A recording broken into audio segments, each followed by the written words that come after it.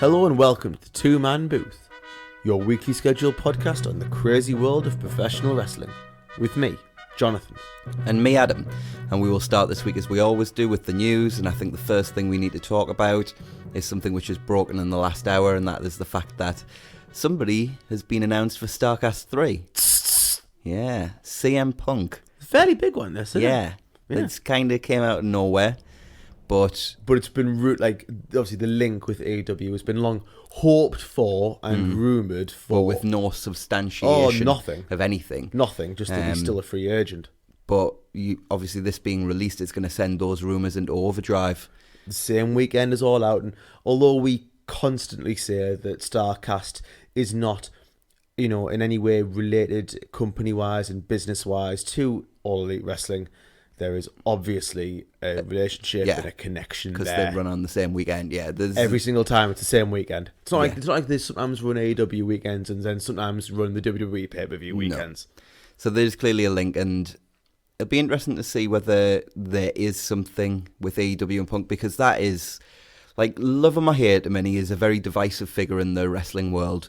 I love him. He is a huge star. And of everybody that is in pro wrestling right now, he's probably, top 5 draw? Yeah. He's the best heel of the last 15 years in wrestling.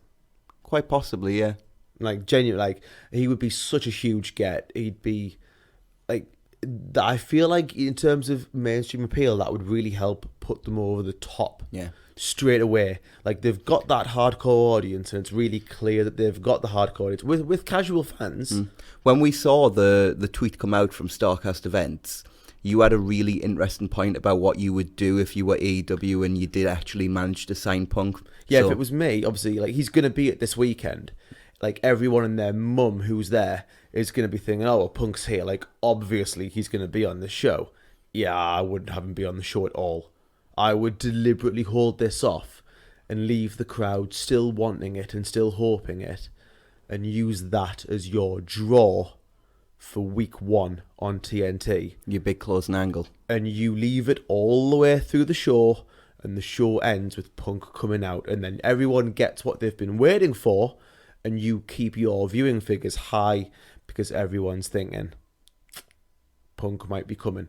Maybe drop a few, you're gonna have. Well, you're gonna have to drop a few very subtle hints throughout. Possibly. I like your idea. I personally wouldn't drop any of those hints. I just mean to not let anyone go. Yeah, no. But what I would do is I would use it as the closing angle, because I think the first episode on TNT will draw well anyway, because I think people will tune in to see what's going on. Casual fans, WWE fans who hear about this new wrestling promotion, because it's not going to be underground, it's on a pretty big station. Yeah, and TNT are going to promote the hell out of it, aren't they? Exactly. So there's lots of people going to be tuning in, and I tell you what, those people, even if you present a good show, there's no guaranteeing those people will come back next week. So using Punk as a surprise hook at the end of the episode will have people buzzing. It will create a lot of people talking about the show. Mainstream appeal. Mainstream appeal, absolutely. And, that is your best way probably of retaining your audience for the next week, or maybe even building on it. We haven't talked about this as well, but there is also the possibility that obviously being on TNT and being on a Turner network, we've talked a lot over the years about how, you and I, about how the WCW audience has never come back. They left and they never came back.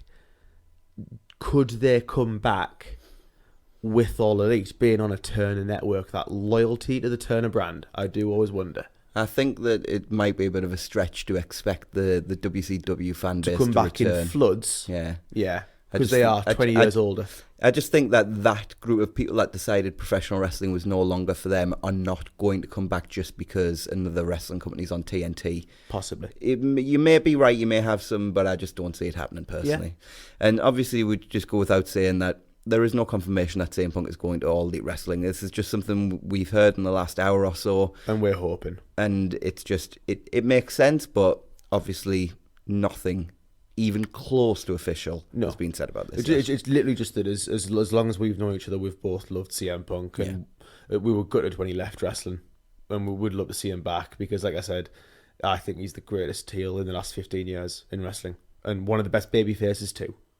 And from something super exciting, we've sadly got to go to something very, very sad. So Harley Race has been hospitalised since last Thursday. Very few details about the specifics of the hospitalisation have been released, so we will not speculate on such issues, but we just wanted to send our best wishes to Harley at this time. Yeah, I'm not going to add anything else. We just hope Harley is going to be okay and hope everything is okay with his family. So we'll move on to good news in that Will Ospreay was cleared for his in-ring return today in time to face Kota Ibushi in Night 5 of the 2019 G1 Climax. And what a match it was, by the way, so check that out as soon as you finish listening to this podcast and thank me later. Oh yeah, I mean, like, it was never going to suck, but you've got the best wrestler of 2019 against Arguably the best wrestler of 2018. Yeah, exactly. Yeah. You know, and one of the best wrestlers of 2019 as well. Like Ospreay, though, is like, I know we keep saying it, but he's undoubtedly the best wrestler this year. He's having a year. Yeah, he's having a year. Like a career year. So Finn Balor will be taking a couple of months off from WWE after SummerSlam, likely meaning he will put Bray Wyatt over at that show. Apparently Finn is happy in the company, but just wants to take a couple of months off. Yeah, this is interesting. I wonder if he feels burnt out or something like that. I do think it might actually help him. I do think he could do with a little bit of time away. I wonder whether he can come back as a heel, as part of the club in a couple of months' time. Did you see the stuff on Twitter with, what was it, AJ tweeted something and then somebody tweeted Undisputed Era at him and then he just laughed. And then You're going to need a fourth man, though, for that. Somebody said War Games. Somebody said War Games, and I was just like, oh, I'd be so down for the Undisputed Era versus the club with Finn. So would I. If he's only taking a couple of months off, they tend to do War Games around November, I'm just saying.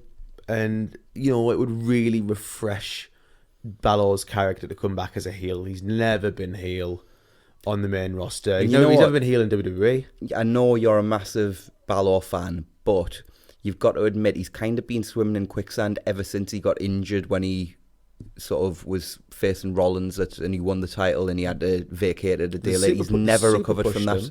The super pushed him and then he got injured and then they didn't forget about him, but it's like they kind of gave up on him. He had that run against Lesnar where he got really over and then he got forgot about again. I mean, I don't think that's not a criticism on him though. That's a criticism on their booking and how they just jump from thing to thing to thing. There's no long-term coherent storyline. There's no attention span. Or anyone. Yeah, it's almost like Vince has just forgotten. Yeah. So there was an interesting note from JR that apparently he was invited by Vince McMahon to attend next week's Raw reunion episode and Tony Khan left it up to him to decide if he wanted to go or not. JR declined, but that's kind of a really interesting position for AEW to adopt, to just say, yeah, if you want to go, JR, go. I kind of respect them for that. So do I, but I just think it's in sort of modern wrestling climate, it's an interesting approach to take. In a funny way, mind, at the same time, it is not. Like, WCW would never have done that in a million years. And actually, if it was my company, I don't want to sound bad, I'm not sure I would have let JR. I wouldn't have. But then Tony Khan and AEW have got so much goodwill. I don't think it matters. And they just go, yeah, JR, you can go, but while you're there, can you just wear an AEW pin on your jacket or something? Yeah, Vince is going to let that happen. He just sneak it in under your jacket or something. So Braun Strowman has signed a new 4-year deal with WWE, which, if his hashtags are to be believed, is worth at least $1 million to him. So good for him for getting that payday. Hey, good for him. They've kind of ruined his push, but okay. He's still super over, though. Every time you see him, he's still over. Braun's always over. It's just he's not what he could have been. But good for him. And Mickie James has undergone successful surgery to repair her torn ACL and is now recuperating. She is expected to be out between 7 and 9 months, so we wish her a speedy recovery. Absolutely. As quick as she can get back, the better for her. And I'm going to throw it to Jonathan for the last piece of news now. Yeah, so this is something that's a little bit more personal to me. This comes from my love of Japanese wrestling and one particular Japanese wrestler in particular. I'm a massive lover of Japanese independent promotions and one that I have always loved and one that's fairly famous from the 1990s in terms of mainstream appeal both in Japan and here was Michinoku Pro Wrestling, which featured great wrestlers like the Great Sasuke, Dick Togo, Super Delphin, loads of other great wrestlers. But one of their major names over the last 10 years now has been a wrestler called Fujita Junior Hayato. And he's a brilliant wrestler. He debuted when he was about 16, I believe, and which is crazy, crazy young. And within a couple of years, became like very, very good. He was incredibly stiff, really, really like good at kicks, knees, and stiff strikes, and very quickly became the champion in Michinoku Pro Wrestling, and was their top heel, and has been a mainstay of that promotion for years and years and years. He also did appearances in New Japan Pro Wrestling, was part of Best of the Super Junior. It was part of Best of the Super Juniors and the Super J Cup, and had a series of matches with Koji Kanemoto that were just out of this world. And I would recommend anyone to go and see the ones from New Japan Pro Wrestling. They're the ones that you want to see. Now, this is where it starts to get a bit sad for me. So, at the end of last year, 2018, just in case you didn't know, Fujita Junior Hayato came out at a Michinoku Pro Wrestling show, and he announced that he had cancer. Now, I wasn't always following all of Michinoku Pro Wrestling at that time, so I caught it a little bit late. But I've obviously been, every now and then, I try and just find out any updates and anything that's going on with Fujita Junior Hayato.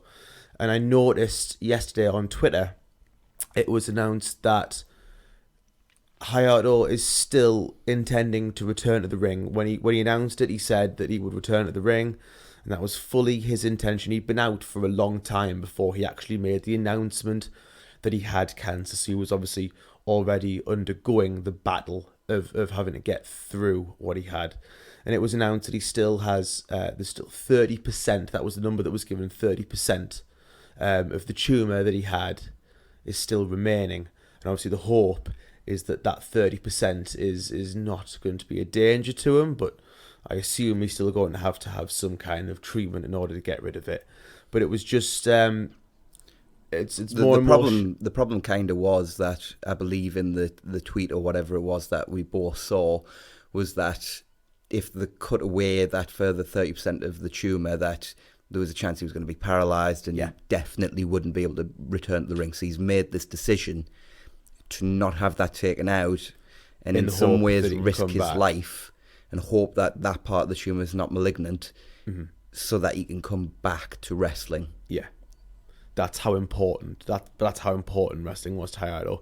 It's all he's done since he was a kid, and you could always tell it meant everything to him, and he gave his heart and soul to it. Like, some of the beatings I've seen that kid take are utterly ridiculous.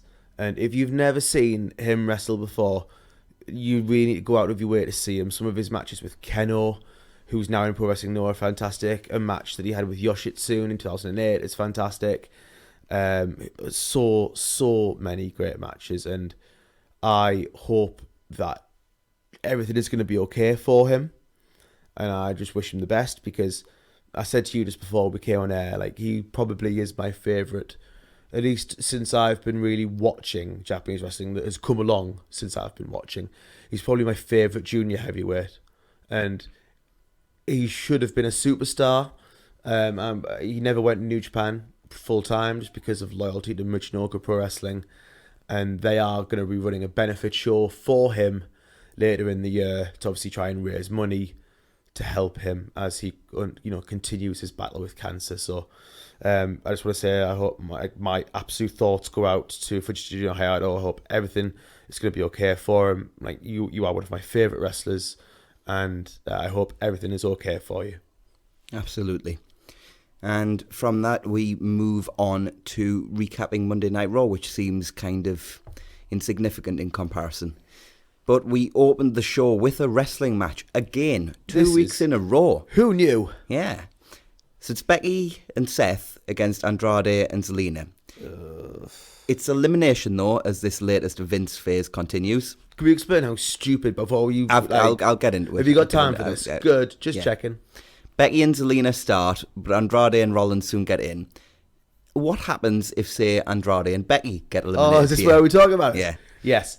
It was literally the next line in my notes. Because then we've got a man against a woman. Yeah, so if Andrade got eliminated and then Becky gets eliminated, technically the only people that are still in the match is Seth Rollins and Zelina Vega, because technically they're the two people who are officially still legal in the match, have not been eliminated.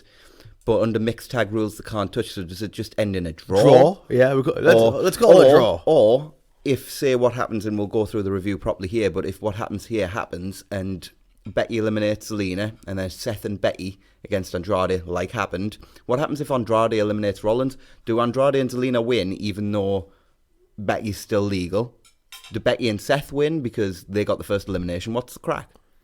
It makes no sense. Yeah, because at that point, what's the point in continuing the match? Yeah, because you've got yourself into a situation where the rules predicate that you can't do what's happening. Stupid.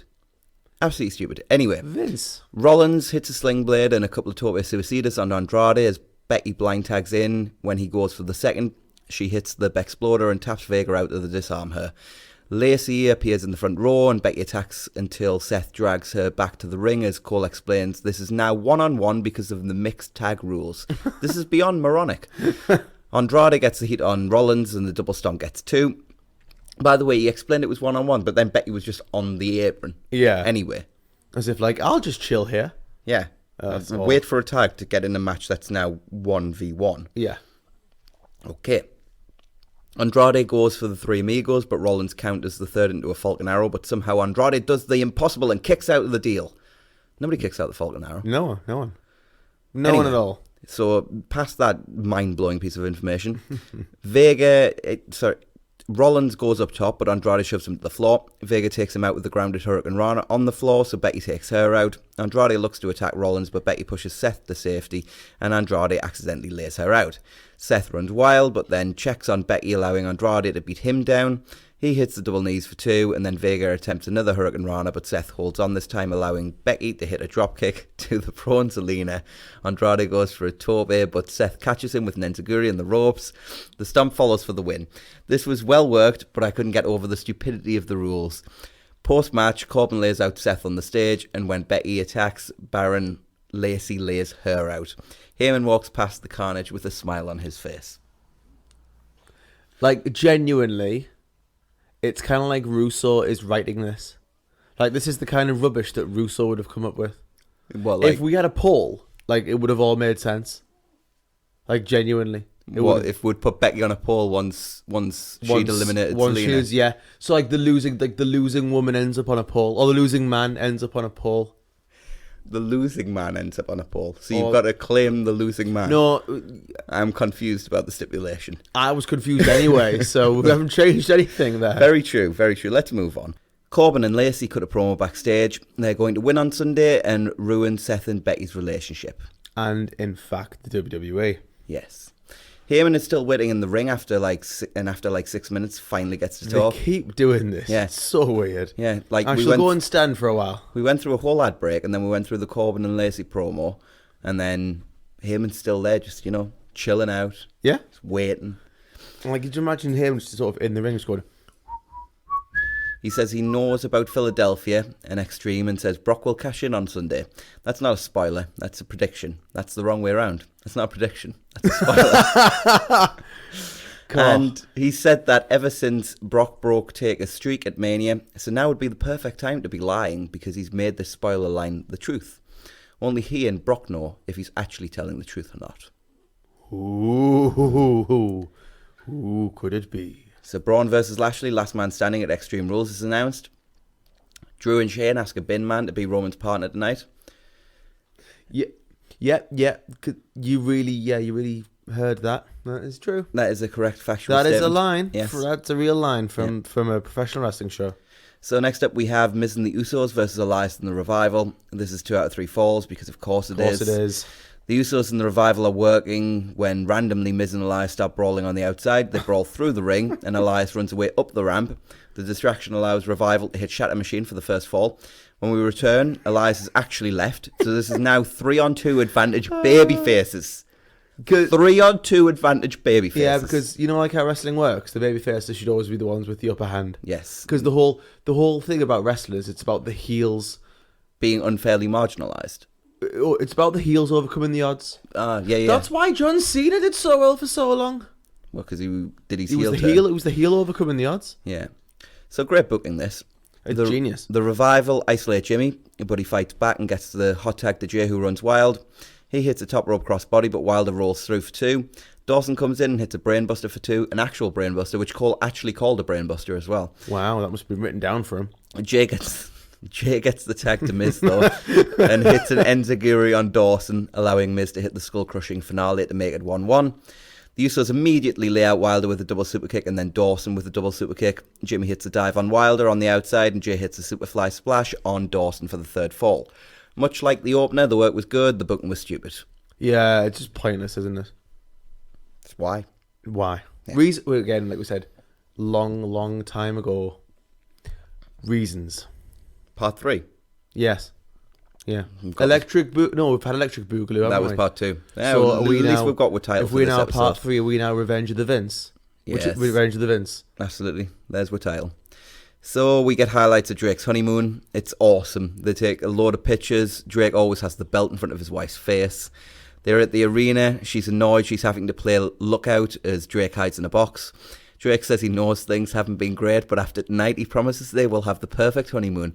And she responds, saying then and only then will they consummate their marriage. Does Vince understand how human beings actually speak? Because, I mean, of all the time you've been alive and I've been alive, I don't think outside of like a periodic drama I've ever heard anybody say the words consummating the marriage. No. Do you reckon Vince just saw like Pride and Prejudice a couple of weeks ago and thought, that's a cool line, we'll put that in? But then the wrestlers for ages haven't spoken how real people speak, so why are we shocked? I know, but this is like a particularly this is just Vince's grating one. This is Vince's new influence. You know, we're now moving into British period dramas centered around the 1800s. Fabulous, so we can expect Titanic lines sometime in the next 250 years. It'd be brilliant.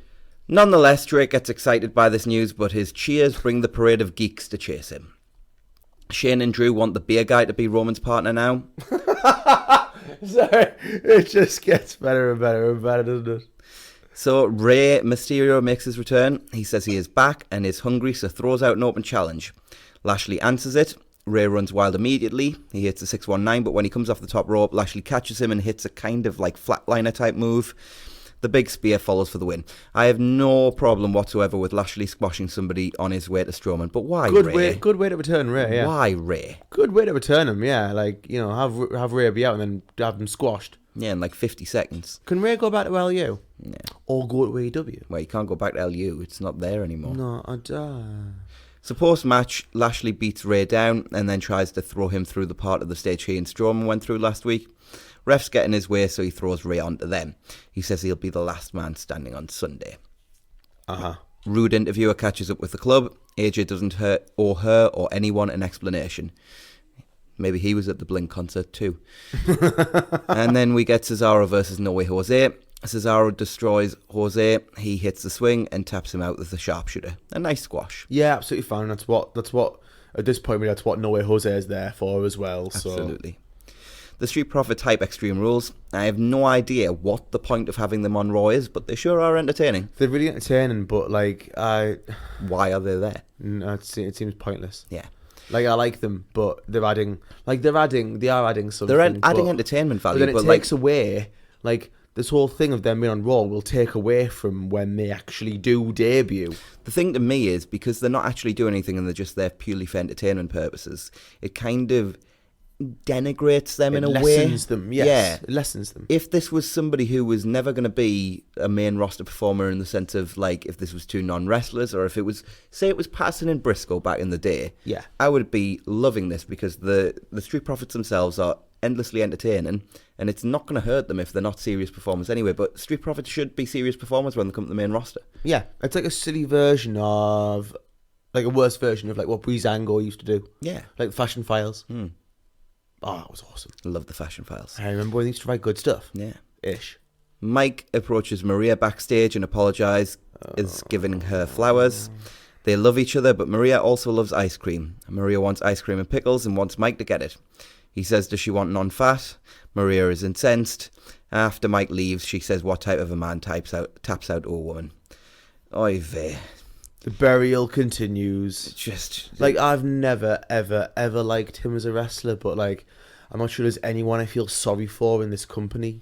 The thing is, you have to take the good and the bad with Heyman, like you do. And is this Heyman? This is very, very Heyman. The Mike Canella story is very, very Heyman. He did quite a lot of that type of stuff in ECW with Bueller and Raven. Was it Bueller and Raven? Well, who do you mean? It was because obviously the fake pregnancy angle. The fake pregnancy angle was that Bueller, Raven, and Dreamer. Yeah, because he thought that. Yeah. Anyway, so Nikki and Bayley are interviewed separately backstage by Cole. Tonight they will have a beat the clock challenge, and the winner will pick the step between Bayley and Alexa at Extreme Rules. Nikki wants to win for Alexa. Bayley says she's being used. Nikki says she's just jealous. Bayley will beat the clock, but Nikki says she will do anything for Bliss. This was there. It wasn't offensive, but considering how a couple of weeks ago we were going on about how they've booked this really well, we're now getting to the point where it's dragging a little bit. It's just kind of fallen off the rails a little bit. It's not got bad. But it's getting nothing about the segment was bad. It was just kind of there. And the one bit of defense I will give to them is obviously Alexa had a really, really bad sinus infection this week, so she couldn't be on the show. Yeah. So apparently they had to rewrite this segment at the last minute, which, to be honest, they should be used to at this point, given how much rewriting they do. Yeah. But I will give them a little bit of a pass on that one because I think they've kind of had to throw this together. Agreed. It's just getting a little bit like, Nikki's a stupid idiot. Like, there's always so many times we can see it before it loses its impact. WWE babyface is always stupid. Yeah, they all are. So Truth and Carmella look for Drake. Truth wants his baby back. Drake runs through, followed by the losers. EC3 is the underrated champ of these segments, by the way. He just could not care less and makes it known every time he's on screen. Yes. Truth runs the wrong way. Genius. Then we had the Viking Raiders versus the Justin brothers. This is pure... Is that because they're just in? Well, they were just in time for death. Yes. So, yeah. This is pure and glorious destruction. The Raiders win with the Viking experience. Just 80 seconds of joy. Post-match, Drake and the Geeks arrive. Drake runs around the ring as the Raiders destroy some of the Geeks. Truth arrives, looks at the Raiders and runs away. The wrong way. Again. Rude interviewer tells Roman that Shane is playing mind games. He asks her if she knows who his partner is. He says his team is the only one playing mind games. I guess that was meant to be a reference to Taker, but they didn't make it very clear here. No.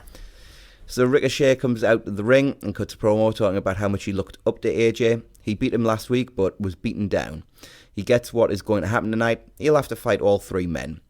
And then AJ and the club come out, and AJ shows last week's beatdown. And then we have Ricochet versus Gallows. Gallows gets the heat, and when Ricochet fights back, Gallows practically murders him with a lariat. Gallows picks him up for some kind of power slam, but Ricochet rolls through into the sunset flip pin for the win. AJ cuts a promo and says Ricochet said he'd have to fight all three, so why doesn't Ricochet just fight Anderson right now, and questions Ricochet's manhood. So when we come back from break, we see that the match was accepted. Ricochet is in control early, but AJ distracts him, which allows Anderson to get the heat. Ricochet fights back, but eats a glorious spinebuster for 2. Anderson continues to control the match, and AJ continues to distract Ricochet anytime he gets the upper hand. It works again, but Ricochet ducks an Anderson lariat and hits the twisting toe Icon Hello on Gallows and follows with the run up the post moonsault on AJ. Ricochet moves as Anderson eats the post and then hits the 630 for the win. Post-match, the club beat Ricochet down with Gallows and Anderson hitting the Magic Killer. AJ teases a middle rope Styles clash but says he's a good guy, and if Ricochet stays down, he will leave some of him for Sunday. Ricochet gets up though, so he takes a phenomenal forearm. This was all good build for Sunday. Yeah, but does it not make the club look slightly not that good, the fact that Ricochet beat two of them? It was kind of a fluke win with the Gallows thing, and then the Anderson thing was a competitive match that Ricochet won. I am nitpicking, I know, but it is a little bit I didn't mind it. It would have been one thing if like they'd done some kind of gauntlet match and he'd beaten two of them in like 2 minutes flat, but like the Gallows thing was a flash pin, just a roll up. Yeah. And, well, it was sunset flip, but, you know, it was just a flash pin. And then Anderson, I think they went about like 5-6 minutes and it was really competitive. Yeah. So I didn't think they buried them or anything, and the club got the heat back at the end anyway. True. So they hyped the Evolve show. Counter programming, a charity show. Yay. All for WWE. Great. Drake thinks he's survived the night as his wife asks if they can leave now. Truth appears out of a box and says he wants his baby back from Hornswoggle. He chases Drake and his wife out of the arena. No consummation then. Not quite yet. So Shane and Drew now want a janitor with a limp called Gary to be Roman's partner. I don't know why his name being Gary amused me so much, but it did. Shane offers him $5,000, which he accepts. They will get him a mask. $5,000? I think a janitor with a limp would probably do it for about 50 quid. Dude, that's not cool. Don't mock janitors. No, with a limp. I'm implying So now I'm you're implying mocking- that he may have, like, difficulties in life. That's all I meant. So, we then get... I know what I mean. Yes. We then get Bayley versus Sarah Logan. This was quite a nice back and forth with a relatively short heat segment from Logan. Bayley hit a nice knee strike, but he had a pop-up headbutt. Logan followed with a shotgun dropkick and then locked on the inverted cloverleaf. Bayley fought back and hit the sunset buckle bomb for the win in 4 minutes, 32 seconds. I liked this. It was good. It was fine. Yeah. And then we got Nikki versus Dana. Dana does her best Larry Zbyszko impression. Like, do they understand that Bayley and Dana are meant to be the baby faces in here? And I know Nikki's meant to be a baby face as well, but Dana's literally doing, like I said, her best Larry Zbyszko impression and just powdering to the outside and high-fiving the fans and high-fiving Bayley and running around the ring. Like, total heel shtick. Yeah. Anyway. Well, to be fair, if you were Dana and you were told you're going to go out there and work, week to week, would you have, like, would you have any idea what gimmick you were doing, or were you a heel or babyface? No. This is But to probably be the fair, longest run Dana's I was going had. to say, yeah. I was just thinking, Dana's not turned in a while. She's been babyface for at least 4 weeks now. But was this her heel turn? It's been a few months. Even though she was high-fiving Bayley, was this her heel turn? Maybe. Yeah. Like, Anyway. what, since Mania?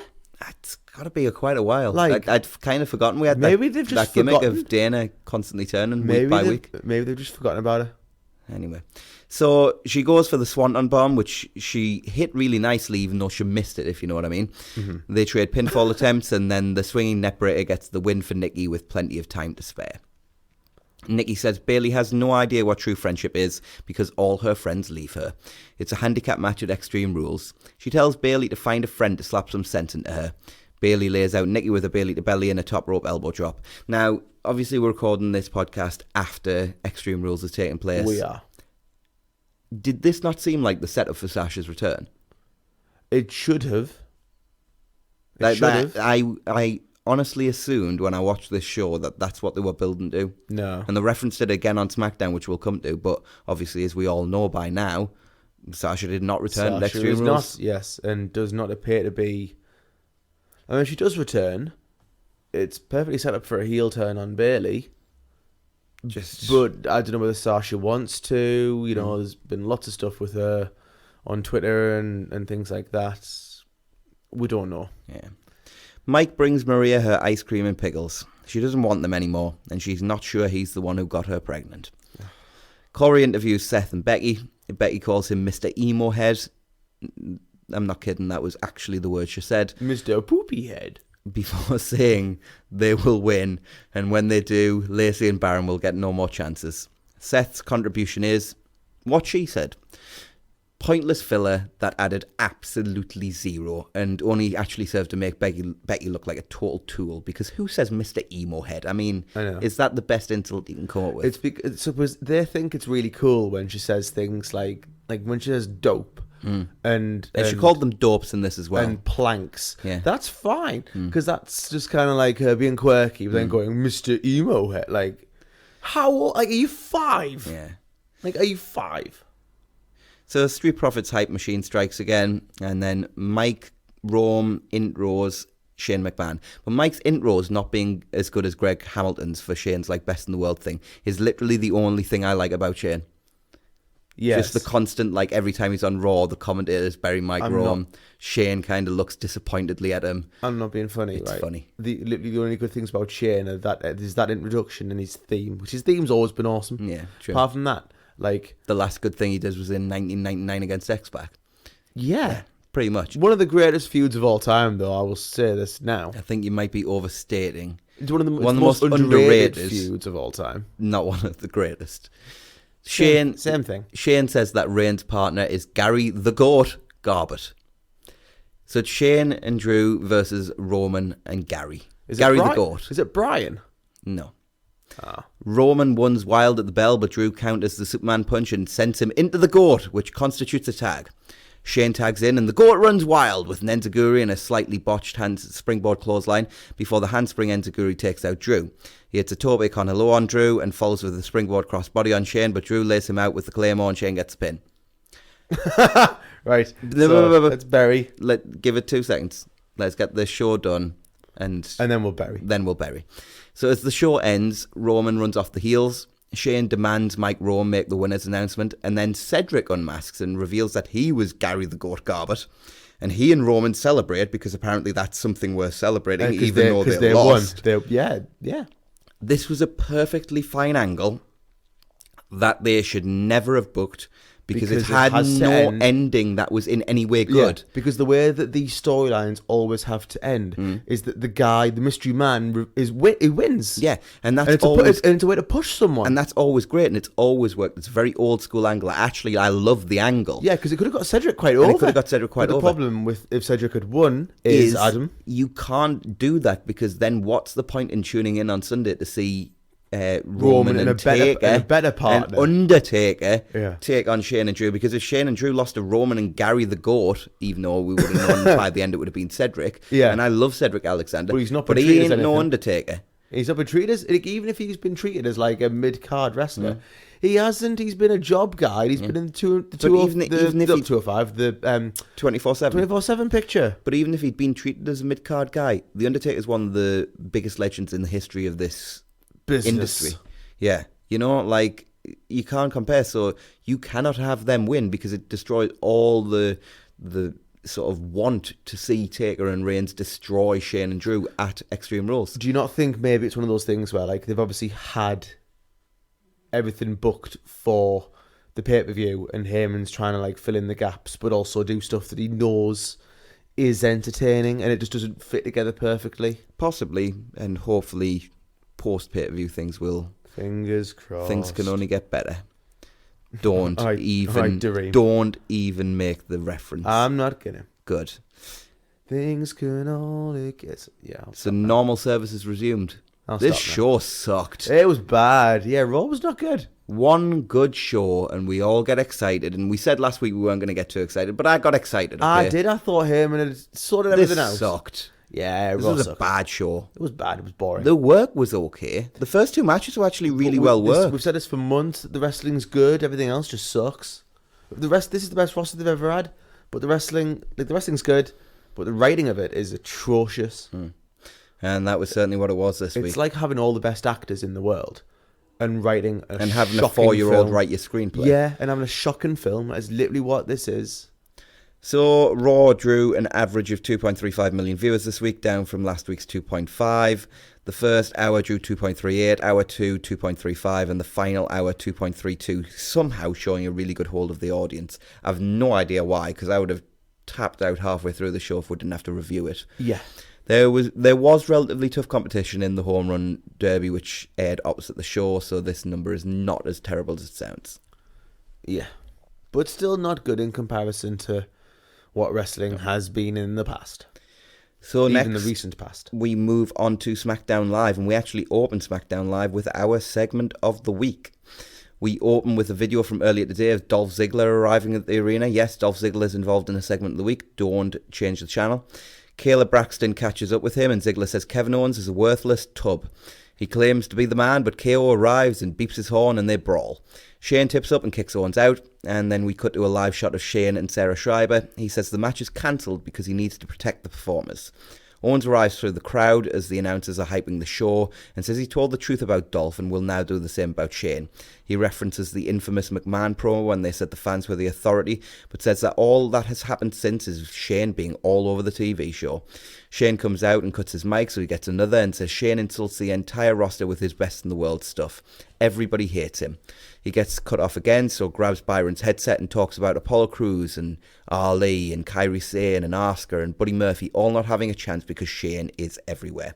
Security arrives and KO departs before he's escorted out the arena.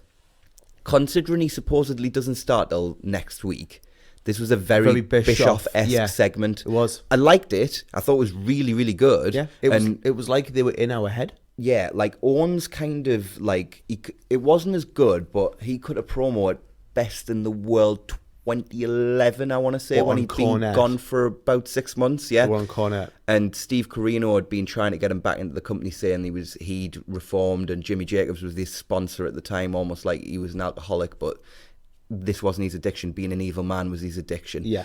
And he kept trying to say, let Steen back in, let Steen back in.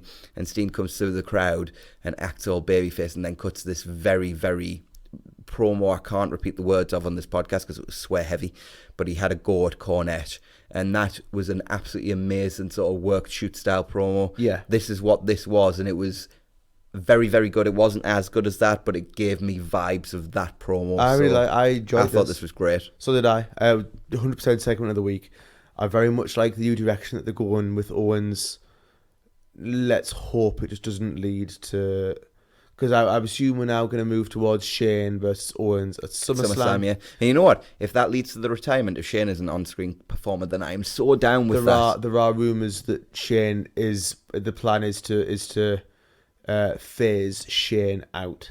Yay! Yay! I can't remember where I've actually heard that from. I'll have to check. I have a feeling it may be What Culture, so take it with a pinch of salt. But I've heard the rumours, but they'll have reported from somewhere else. They don't have their own sources. But the plan is to phase Shane off TV. Thank God. Praying to the Lord. So next up, we had Shinsuke Nakamura versus Intercontinental Champion Finn Balor. I was all about these two feuding, but sadly it doesn't seem like that's going to last much longer. No. They battle back and forth early until Nakamura takes control. During the heat, there is a nice fire-up spot by Finn that ends with him dying at the hands of Nakamura's knee. Balor eventually does fight back, though, and lands a standing double foot stomp before following with the elbow drop reverse DDT. I don't know what the name of the move is, but that's the closest thing I could think of to what it could be called. Nakamura fights back and hits the Ishimori-style sliding German and looks for the Kinshasa, but Balor hits the sling blade. Nakamura fights off the coup de grace attempt and sends Balor to the floor, posting him twice, and they both barely beat the count. Shinsuke sends him to the outside again and hits the Kinshasa on the floor, but Finn beats the count at 9. Shinsuke takes him straight back out and throws him into the steps. Balor just beats the count again, but Nakamura nails the Kinshasa immediately for the win. As TV matches go, this was pretty great, and I really loved the sort of intensity Nakamura showed. The count out stuff and the finish were really well done. Just good stuff all around. Wouldn't it have been great if this had been like a long-term storyline? Yeah, especially given, and we'll get to it when we do our Extreme Rules podcast, but their match on the kickoff show was probably as good a 7-minute match as you'll see. Yeah. It just needed another 10 minutes to be great. It's almost like they're two really talented wrestlers. But Nakamura seems motivated for the first time in forever. Well, do you blame him? He's no. That he knows, I know you're not, but like, he knows he's with someone he can go with. Mm-hmm. Yeah, but it was nice to see. Yeah. So Shane and Drew talk about Sunday's tag match, and Elias says he's written a funeral song for The Undertaker. Has he heard Undertaker's theme? Yeah. I'm pretty sure you don't need to write a funeral song for The Undertaker. It's right there. I'm sure I imagine his funeral theme would be a bit more upbeat than his actual theme. So Dolph arrives and is annoyed that his main event was cancelled, so Shane books Dolph versus Roman, and Dolph is down for that. There's also no grave that can hold Taker's body down. I have heard that rumour. I heard that. There ain't no grave that can hold his body down. Yeah, I think it was somebody called... when the trumpets rise and sound, he can rise up out of the ground. Johnny Cash told me that, I think. Someone, yeah. Yeah, Man in Black. Yeah. So we see Joe backstage. Last week he showed compassion, but he knew Kofi wouldn't take it because Kofi is everything Joe said he was. At Extreme Rules, he will tear away every shred of the lie and put him to sleep. He will take back everything Kofi has taken from friends and family, plus the WWE Championship. Joe's awesome. He is awesome. Yeah. Deserves more. He does. So Kayla Braxton is the host for the contract signing. She brings out Nikki, who does not have Alexa with her, and then Bayley. Bayley says she and Nikki are alike, but Nikki says Alexa was right about Bayley. Bayley wants to know if Nikki is okay with helping Alexa win. She knows that the odds are against her on Sunday, but what will happen when Alexa loses and blames Nikki? Nikki says all of Bayley's friends abandoned her, and on Sunday, she and Bliss will become co-champions. They sign the contract as Carmella makes her entrance. So they teased the Sasha thing again and then didn't follow through. Do you think it's coming? There's a pattern. I don't, you know, I genuinely don't, because how many times did they tell us Brock was going to cash in before he actually cashed in? Like, we're a week behind in terms of, like, the show we're going to be talking about in a second here, but they advertised Bryan making a career-altering announcement on this week's SmackDown. Yeah. And what happened? Didn't deliver. Let's not get too annoyed about this now. No. Because our rant about that needs to come when we do, like, because that was bad. But this is what I mean. It's a constant thing, so... Bait and switch. Yeah. So is it coming? No, I honestly don't trust that. I feel like that's their booking meetings at the moment, where they go in, they're like, right, how can we bait and switch our fans and our audience now? It's annoying. So Nikki versus Carmella after the break. Nikki gets the heat for a while. Carmella fights back and hits the Bronco Buster. She gets a small package for 2, but Nikki kicks her and hits a swinging neck breaker for the win. It's pretty short, but the right person won, and they didn't have enough time to screw anything up, so it was fine. Do you feel like it had any reason to happen though? It gave Nikki a win. Gives Nikki a win, I guess. Yeah. And you know what? Like, Carmella's not exactly somebody you need to protect, so her losing in 2 minutes doesn't I agree. alter the landscape, does it? Former champ. Well, yeah, but that's a problem in itself. So we see highlights of Kairi Sane and Asuka defeating the Iconics in Japan. The Iconics leave the ladies' locker room and run into Paige, Asuka and Sane. They try to leave, but Paige says they have a match to schedule, and they want it tonight. The Iconics squirm, and Peyton says they can't because Billy is sick. Paige calls them clowns and slaps Billy. They look to fight, but Paige reminds them that Billy is sick, apparently. She says it may not be tonight, but the match is coming. It just didn't add much for me. Yeah, whatever. I've really disliked everything that they've done with that women's tag division since Mania. Totally agree. Like, it doesn't exist. It actually does not exist. It is literally just the Iconics and Kabuki Warriors. No, it's literally it. It's awful. Yeah. And I can't believe they've dropped it so fast. Yeah. Ugh. So Sarah interviews Roman. He says Dolph isn't ready for tonight, and on Sunday he and Taker will do their thing. So many of these promos just mean absolutely nothing. Like, what was the point in this Roman promo? No point. What did it all. achieve? We have a production screw-up as New Day's Big E and Xavier Woods arrive and talk about Sunday. Big E makes some not safe for work jokes about three-ways. The Planet's champs arrive, and this week in Rowan's metal shirt sees Rowan in a Corbett Clarny shirt. They're a Finnish folk metal band. Easy for you to say. I had to Google it. Never heard them before. Really? I mean, you're not like a massive fan? Of Finnish folk metal? No, Yeah. I'm more Norwegian black metal. What is folk metal sound You've never like? heard folk metal before? No? Dude, you've never I've heard folk, I've heard metal. Yeah, it's folk metal. I'm gonna have to Like do pirate some- metal kind of descent from it. I'm going to have to do some Googling, obviously. Yeah, you're missing out. Anyway, Brian says people are booing him, but they should be booing the New Day because they come out here making jokes and don't take things seriously. Woods mocks Brian and says Rowan took orders from Bray, Harper, and now Brian. And Xavier is confused as to who Rowan's daddy is. Brian puts New Day over as great athletes who have great matches, but they're still a mid-card comedy act. He actually said mid-card as well, and I'm not sure how I feel about it. I know why he's doing that, though. It's because he's been on this crusade Main to event, main event. Yeah. The tag team division. It just feels like too inside a term to put on your show to me. I agree. He says the only thing worse than New Day is heavy machinery. This brings them out. Tucker says at Stomping Grounds they took the champs to the limit. He says New Day will have to put their sixth reign on hold as Otis apes New Day's World Tag Team Champions shtick. Otis says he has a match with Brian and Xavier tonight and he's coming. Otis, Brian and Xavier then have a match next. Brian bails immediately and lets Otis and Xavier go at it. Otis works over both Brian and Xavier until Rowan gets involved and lays out both Otis and Xavier. Tucker and Big E throw Rowan over the announce desk, and then referee Mike Chioda throws all three men out of ringside very aggressively, because he's Mike Chioda and he always does everything. One! Super aggressive. Yeah. Woods hits a missile dropkick for 2. He looks to follow with the honor roll, but Brian catches him with the lapel lock, but Otis breaks it up. Otis absorbs Brian's kicks and lays him out with the spinning world's strongest slam. He works over both Brian and Xavier and then sees Brian prone, so hits the caterpillar elbow. Xavier comes back in and lands an impressive military press gutbuster on Brian, but Otis catches him with a pop-up world's strongest slam for the win. This was very enjoyable, albeit most of the match took place during a commercial break. It was fine. Interesting that, wrestling in during an I advert. assume that in the States this was one of the screen breaks where you could still actually see the wrestling. But Yes. Fire and Desire appear at catering and mock Ember. Ember reminds Mandy that she beat her last week. Mandy says they're over that and it brought them closer. So potentially back on the Back lesbian on the track. lesbianism thing. Mandy challenges her to find a partner for next week. We get another Ali vignette. Evil only wins when good does nothing. No monster of evil can defeat him. It was fine. These are fine, but like he needs to come back now. He does, yeah. Like I think it's going too long. Like he needs to be back in wrestling. So Alistair Black is in his room and being interviewed by Tom Phillips from the commentary table. There is also an empty chair being interviewed in a split screen. This is because Alistair's door knocker has declined to appear.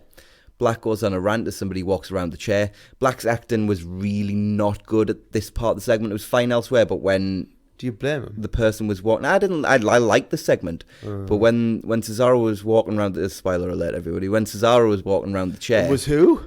Black, Was Cesaro. yeah, Black's like facial expressions were just overly comical. I didn't really like it. Yeah. So Cesaro sits down and this pleases Black. Cesaro says he is here to pick a fight with Black. Black says on Sunday he will fight Cesaro. Apart from Alistair's bad acting during that chair walk, I really enjoyed this. I thought it was good. Like Cesaro and they just want to fight each other and hurt It was each a other. bit hawky. Like The only bit that stood I out as didn't- hawky to me was the expressions. yeah. And honestly, compared to what comes next, this was very, very unhawky. Yeah, but why they've got to sit in different? It was just, Well, it's a very it was thing a to bit do, isn't weird. it? They always do that. They did it with Bailey and Nikki on Raw. Yeah, I suppose. So, Anyway, Shelton is confused by questions again and then smiles. Seriously, what is this? What is this? Yeah, like, I this can't is a even remember what he gimmick? was asked about this time. Like, it was something to do with, I don't know. Like, has he had some kind of like injury? Like, is he? Do we need to be worried? Well, It's awful. Yeah. It is just like, can you believe he came back from New Japan for this? yeah. To be honest, paycheck. Ugh. So Kayla starts to introduce Kofi as Paul Heyman just kind of walks through the shot. Kofi arrives and apparently somehow didn't notice Heyman or just didn't care.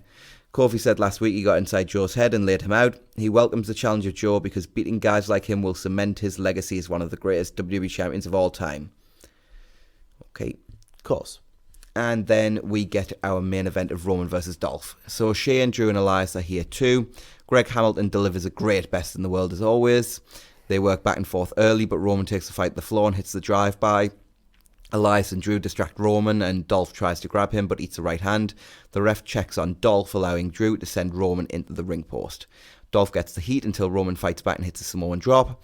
Elias gets up on the apron and eats a Superman punch, but this allows Dolph to hit the zigzag for 2. Dolph goes for the super kick but gets caught with a Superman punch for 2. Roman sets for the spear, so Drew pulls Dolph to the floor and Reigns hits the top rope dive onto Elias and Drew, nearly overshooting them in a really scary moment.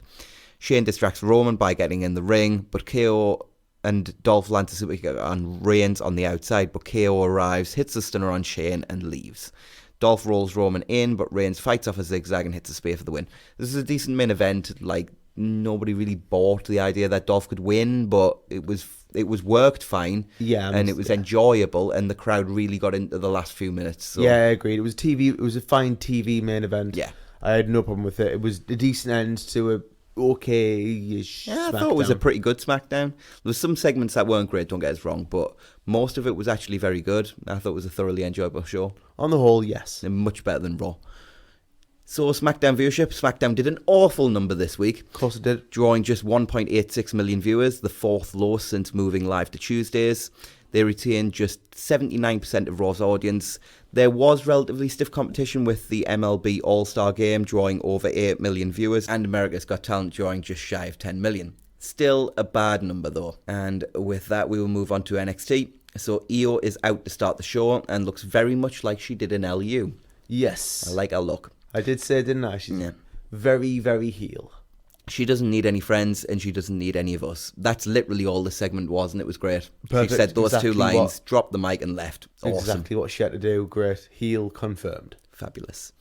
Velveteen is holding a press conference. Apparently he has to approve the questions ahead of time. Who does he think he is? Shane? Prince? Queen Kathy asks him about Roderick Strong. He says Roddy is not worthy of experiencing the dream. And then we got Damian Priest versus Bianco Loco. Priest hits him with a couple of devastating lariats, followed up with the cyclone kick and hits the crossroads, which is being called the reckoning for the pin. This was fantastic. Very good. I love squash matches. Yes. When they're done properly, yes. Yes, just awesome. So Killian Dane gets another video package as he discusses growing up during the Troubles. And then we got Jordan Miles versus Boa. They battle early, but Boa soon gets the heat. Miles fights back, but Boa catches him with a butterfly suplex for 2. Miles fights back and hits strikes, and then a grounded dropkick and a corner discus lariat. And then he hits the Midnight Star for the win. This was fine, but kind of dull. They went about 10 minutes, and literally that was all I could really write about it. I couldn't make my notes any longer because not a lot actually happened. There wasn't that much to talk about. Yeah, like it was like ACH okay. Sorry, Jordan Miles is great, and Boa worked everything fine, but it was just kind of dull. Yeah, dull and not that exciting. Which is strange because ACH matches are usually very, very exciting. And it did get exciting for the last 10 seconds, but 10 seconds of a 10-minute match is not a lot of excitement. So Shayna Baszler talks about Mia Yim, saying Mia has a great story, but she's heard that story so many times now, it's going to take a little more than that to impress the champ. Besides, it doesn't matter your story when you're across the ring from Shayna because it all ends in one of 3 ways. Tap, nap, or snap. Shayna's great. Yeah. You either tap or you snap. I feel like I heard that somewhere Tap, before. nap, or snap. I know, but it sounds very similar to what Brian said in NXT. Yeah. That he came up with. Didn't he have a T-shirt with that? Once, like the tap or snap on the back, yeah. Yeah. He came up with that, on the spot. Did he? I didn't know that. Doesn't he mention it he mentions it in his book? Ah, maybe. You won't have. I've read it, so. No, I'm saying you would have read it for ages, that's all I mean. Yeah. So we got a Keith Lee video package as he notes he's been here nearly a year, and in that time he has faced all kinds of people, but he has never been the chosen one. He's always been the one who ends up on top, though. He said he was limitless, but he's not got to the level he wanted. In year 2, there needs to be some changes. Limitless isn't going to cut it. He wants to be the guy, the one, the main event, and he'll do that by becoming infinite. This was good, but I think Limitless is a better nickname than Infinite. Also, sounds like a heel turn. Kind of would make I wouldn't be sense. opposed to a Keith Lee heel turn. Just makes sense. He's kind of been spinning his wheels. When you say what I'm doing now is not kind of been working, it usually tends to lead to a big change. Yeah. I'm fine with that. Infinite Keith Lee, it's kind of. I just think Limitless is a better nickname. Yeah, it doesn't really sound that good. So a faithless, nameless peon interviews William Regal, who announces that Apollo Crews will face off with Kushida next week. Also next week, Adam Cole will defend the NXT Championship for the first time. Bye. No celebration tour this week, and that made me sad. Boo. So our main event was the Street Profits versus the Brit Brawlers for the NXT Tag Team titles. The Street Profits control things early, but a succession of double teams allows the Brit Brawlers to take control. They get the heat on Dawkins, who eventually avoids a missile dropkick from Birch and gets a hot tag to Ford, who runs wild. He lands a standing moonsault on Lawton for 2, and then Dawkins comes back as they double team Oni. Ford hits the assisted sliced bread for a near fall, and they then look for the doomsday move that they use, but Lawton fights out, and Birch hits a shotgun dropkick. Lawton falls with the half and half suplex, allowing Birch to get a near fall. Birch hits a German, and then everyone comes in and takes out everyone else, ending with Dawkins landing a spear on Birch. Lawton and Ford exchange strikes, and Lawton ducks out the way as Ford hits an insanely huge tope con hilo onto Birch. I'm pretty sure at some point he's actually going to leave the arena. He's going to get so much height, he's actually going to take off, and then we're just going somebody's going to be flying a plane going, is it a bird? Is it a plane? No, it's Montez Ford. Yeah. So he's just got hops. Yes, that man has mad hops. Yeah, Lawton goes for a dive of his own, but gets caught by Dawkins with the right hand. And then the Street Profits hit the Spinebuster Frog Splash combo for the win. This was a good main event. Yeah, really, really good. Mm-hmm. I'm very much buying into Street Profits. I know I wasn't at first, but I'm there now. And the Brit Brawlers are always great. They're fantastic. Great in-ring workers. Yeah. So post-match, the Undisputed Era appear on the stage and applaud as we look to have our next tag title match, and I'm down with that too. Cannot wait. A good episode of NXT. Not a great one, but it was good. It was just kind of there for the most part, but the main event was very good. So it was a building episode as well. It was definitely. Nothing new. Probably the right phrase. Yeah. Not one to go out your way to see outside the main event, though. Agreed. And with that, we move on to 205 Live. We open with Oney Lawton talking about his Anything Goes match with Arya Daivari later on. He talks about all the things he'll be able to do. Daivari then attacks him and they brawl until Maverick, Adam Pearce and a ref tip up to break them up. Maverick screams at the other two to keep them apart all night. And then we open match-wise with Brian Kendrick versus Sunil Singh. We see footage from earlier today as Sarah Schreiber was interviewing Kendrick when the Singh brothers arrived to mock his lack of accomplishments, setting up this match. Irony. Kendrick runs wild early. Well, apparently they've won like some kind of Bollywood Oscar or something, so, you know. Oh, it's real. Yeah. Kendrick runs wild early, but when he sends Sunil to the outside, Samir provides a distraction, and Sunil sends Kendrick into the steps. He gets the heat, but eventually misses a middle rope elbow drop. Kendrick goes for sliced bread, but Sunil fights it off, so Kendrick locks on the captain's hook for the submission win. Post-match, the Singhs attack Kendrick until Tozawa makes the save. I just don't care about the Singhs, like, at all. Not even slightly. Yeah. We see a great vignette with Humberto Carrillo as he talks about enjoying wrestling as a kid and how hard it has been for him to move to the States. His family gives him all the support he needs. This was just part 1 of 3, and it was good, so more of this, please. I enjoyed it. And then we got Jack Gallagher versus Devin Justin, fresh from his destruction the previous night. Gallagher takes control and works Devin over nicely. Gallagher is just like so good. He does enjoyable mat work until he paradise locks Devin in the ropes, which is just phenomenal. He lands a brutal looking dropkick that Sonata would have been proud of to break the lock, and he follows with a delayed suplex, but Mike Kanellis tips up and starts ranting about ruining the show. Drake sends out the elder Daivari and a referee to take care of Mike as Devin rolls up Gallagher for 1, and then Gallagher hits the headbutt for the win. I was thoroughly enjoying this until the Kanellis rubbish. Yeah, I agreed. And shout out to Milano. Anything he's involved with at the moment, you always just know it's going to be bad. Yeah. Not through any fault of his own.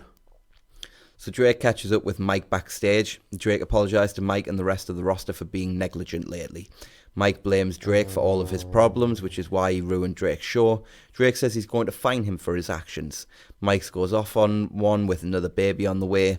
Mike says he has a match next week and he can't wait to see how big a fine Drake will give him after what he does then. The Mike stuff blows, but at least they seem like they've moved past this. Drake doesn't care about 205 stuff and is a bad GM, so we can get to back to him being the best GM in eons, because the commentators made sure to put over that at least Drake's own his mistakes and he's trying to change. Yeah, good, because Drake's unbelievably good as GM. Absolutely. And then it was time for our main event, which was the Anything Goes match between Arya Daivari and Oni Lorcan. So Oni runs down from the ring and brawls with Daivari as Daivari makes his entrance.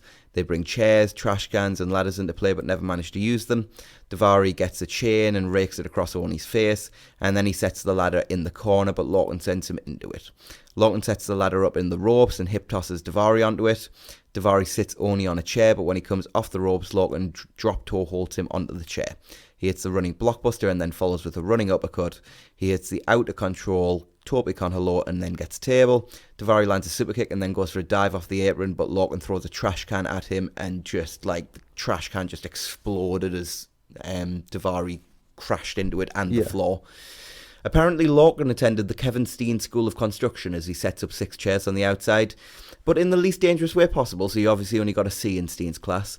They work up top, onto the top of the steps rather. Lorcan looks for a powerbomb but eats a back body drop through the chairs instead.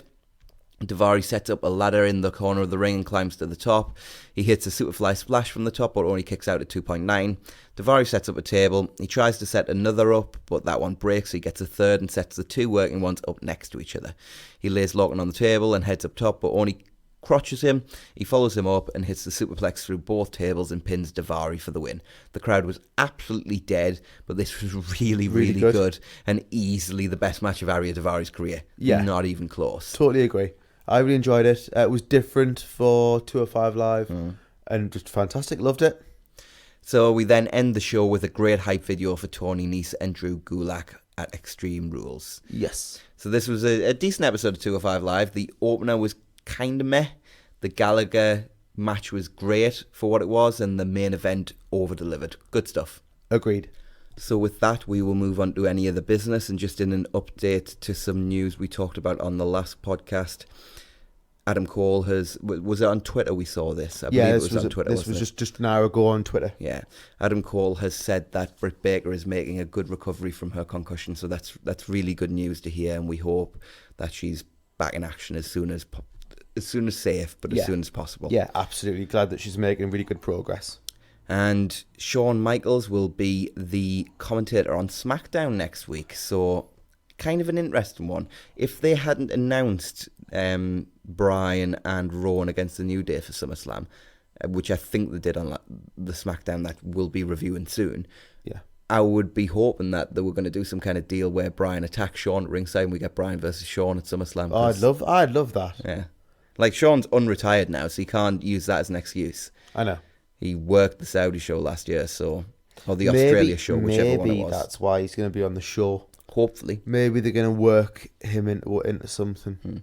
Either way, though, God knows what. Shawn was like, was it Halftime Heat he did the commentary for?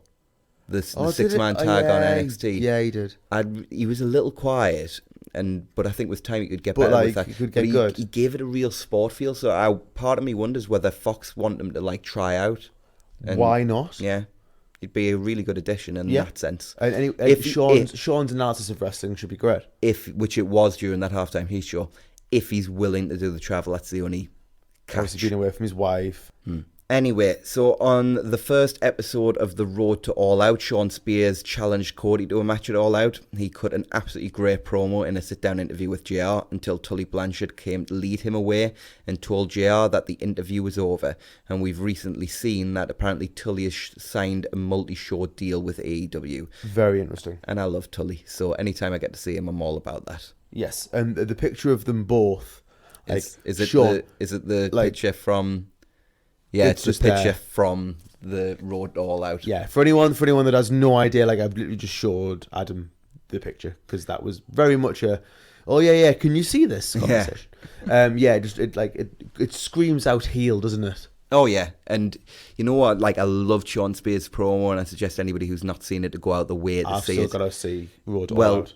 It's a really good promo, but what I like about it a lot is he's definitively a heel, very definitively a heel. But you kind of understand where he's coming from. Okay. You hate him for it. He's an idiot. But you kind of understand when he explains why he did what he did to Cody. You kind of get where he's coming from. Okay. So it's really well done.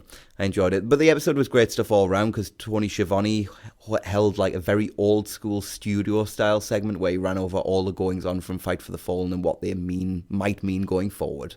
Cool. I just loved it. And the last thing we need to talk about in any of the business is Toni Storm versus Kaylee Ray is set for NXT UK TakeOver Cardiff for the NXT UK Women's Championship. That should rule. What a day of wrestling that's going to be. That's going to be incredible, isn't it? Yeah. I don't know how we're going to cope that day. I dearly hope that it's my weekend off because on the Saturday we've got All Out. We've got the New Japan show in London, and we've got NXT UK TakeOver Cardiff. And the UK TakeOver was great last time. It was. So you're talking 3 great shows in one day. Yep. Phenomenal. Get me busy. So with that, we will move on to our final segment. And this is the final segment where Jonathan gets to brag. Yeah. Just take it away. So I don't even need to be here. I'm going to go home. So I've mentioned this in the past very, very briefly that I do have a small... And I do mean small, but a small amount of wrestling experience. One show. Yeah, one show. So I've gone through like previously I'd been through like a few hours training, learning sort of like how to give and receive basic moves like hip tosses, suplexes, how to punch properly, how to run the ropes and things like that. And then I had a run in one show. Because they'd come to the school that I work at, and I came out and I won the rumble at the end of the show. Used a stunner, which has become like the stunner's become my finishing move. Okay, Kevin Owens, calm down. Stone Cold Steve Austin, thank you very much. But that's become somehow like my finishing move because it is really simple to do. Because all you've got to do is kick the guy in the gut, and turn around and drop down to your backside basically. But the company, Maximum Pro Wrestling, that did that show came back to my school in order to do some stuff for the kids the last couple of days. And obviously I've been working with them as well, supervising, but also just when we can get into, go through things and getting a little bit of like extra training and learning how to take more complicated moves and bumps and things like that. And I got to be... Again, there was a show last night, and I got to be in the show again. So I have now been in 2 wrestling shows, which is beyond awesome for me. So what happened was we came out to defend some of the pupils like that were in the ring, and one of the bad guys, the heels, went to hit me. I ducked and then hit him with the stunner, and we then cleared house. Me and then the other teacher that was in the ring, who's also sort of gone through the same training with me, we then got challenged for a battle royal at the end of the show. We then got very quickly decked and kind of sold for the majority of the rest of the match. I then got into the ring when there was just one of the proper wrestlers left. He then went to pick me up for a power slam, but I slid back, pushed him into the ropes and gave him a stunner. I then grabbed him and went to throw him out of the ring, but he then eliminated me. And then the other teacher ended up winning the Rumble, which was awesome for him. But then I got to turn heel because obviously I won last year and I was jealous because my win had been taken off me. So I got to then celebrate with the other teacher. And then when he didn't turn your back on him, when he didn't expect it, he turned around and I hit him with the stunner. And then you got taken out by a child. And then one of the other kids came in and gave me a stunner, so that wasn't ideal. Yeah. But either way, I got to be in a wrestling show and I got to turn heel, which is like I've wanted to be a heel in wrestling for like forever. So that's a little bit of what I have been doing over the last couple of days. And you know what? Shout out to the guys of Maximum Pro Wrestling. Because awesome. I tipped up just to see Jonathon turn heel, if I'm being perfectly honest. But you booed me properly as well. You of really course, booed. I was always going to give you heat. Come on, man. You were turning heel. Yeah. So, yeah, but I was at the show, and you know what? It was a really fun show, and those guys really know how to put on a performance. The kids really got into the show. They did. And they really played it up. So, and, you know, I kind of stayed back with you, because obviously you had to stay back as one of the teachers. And all the guys seemed really cool, so yeah, props to them for coming out and doing such a good show. Yeah, absolutely. Like they were great with all of our kids. Like all up for for the 2 days they were in, they were brilliant. There were some kids that didn't want to do it, and then were turned around by how much fun it was, and they were brilliant and just like absolutely fantastic. And I just want to thank everybody involved with Maximum Pro Wrestling again. Thank you very much. Yeah, check them out if you haven't before. So before we go, is there anything you would like to add this week, Jonathan? I'm going to go with... Sorry, we're out of time. We will see you soon on the Two Man Booth.